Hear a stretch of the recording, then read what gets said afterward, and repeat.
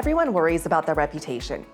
Defamation lawsuits are something that people are generally aware of, but they aren't well understood. Defamation is defined as the invasion of a person's interest in their reputation and good name. Modern defamation law is a mixture of common law rules, state statutory rules, and First Amendment protections. The general elements of a defamation claim are that the defendant published a statement of fact that referred to the plaintiff, the statement was defamatory and false, and the plaintiff suffered injury. A common situation that I hear about from clients is they have a disgruntled former employee or customer or a competitor who is saying negative things about them, and the client wants to know if they can sue them for defamation to make them stop. Before filing a defamation lawsuit, there are risks involved that clients need to be aware of. Texas has adopted the Texas Citizens Participation Act, or what is commonly called an anti-SLAPP statute, which you may have heard of.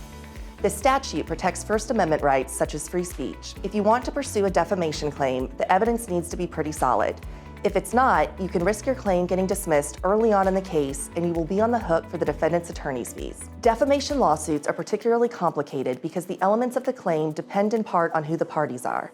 For example, the standard varies depending whether the plaintiff who has allegedly been defamed is a public official, a public figure, or a private plaintiff. Likewise, defendants in defamation cases are categorized as media or non-media. The burden for the plaintiff is higher when the statements concern public figures, media organizations, or matters of public concern. There are additional concerns that companies need to be aware of.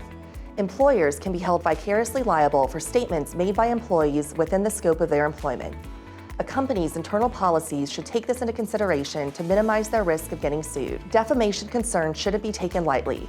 Litigation is expensive and time-consuming, whether you are the plaintiff or the defendant. There have been several cautionary tales in the news lately, including the Dominion lawsuit against Fox News, which ended up settling for a little over $787 million. Lawsuits are expensive and time-consuming, whether you are pursuing a defamation claim or defending against it. However, a defamation lawsuit can be a powerful tool in the right circumstances, and it's something that Texas companies need to be aware of and take seriously.